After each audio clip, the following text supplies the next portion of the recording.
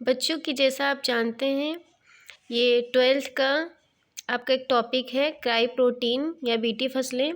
आपके एग्ज़ाम में खूब पूछा जाता है। इधर आपके एग्ज़ाम की डेट अनाउंस हो चुकी है, तो मैं कुछ इम्पोर्टेंट टॉपिक्स आपको अपलोड करती रहूँगी। आप पढ़िए, आपको अच्छा लगे आप कमेंट करिए, मैं नेक्स्ट टॉपिक्स बताइए, टॉपिक नेम दीजिए, मैं आपको सेंड करूँगी, अपलोड करूँगी। जैसे क्राई प्रोटीन या बीटी फसलें दिया है, आप पढ़ते हैं कि क्राई प्रोटीन एक विषैले प्रोटीन का समूह होता है। आप सबको पता है क्राई प्रोटीन एक प्रकार का विषैले प्रोटीन का समूह होता है जो कीटों के लिए विष का काम करता है। जो कीट होते हैं उनके लिए एक पॉइजन का काम करता है। इसे बीटी फसलें भी कहते हैं।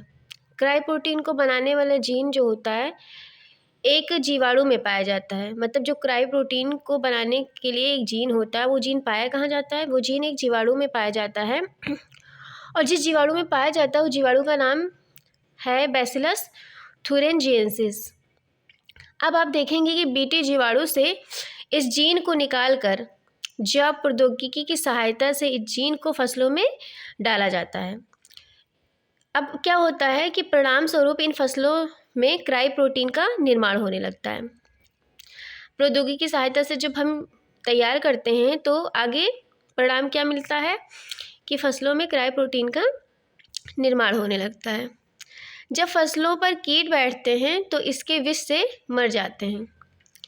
किसके विष से? जो क्राई प्रोटीन होता है इसके विष से ये मर जाते हैं।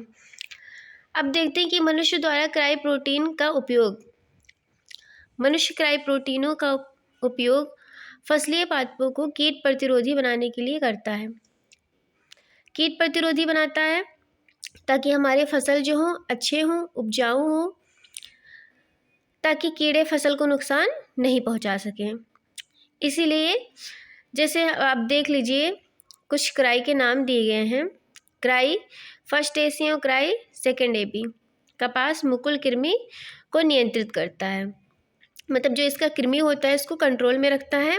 क्राई फर्स्ट एबी मक्का छेदक जो होता है उसको नियंत्रित करता है।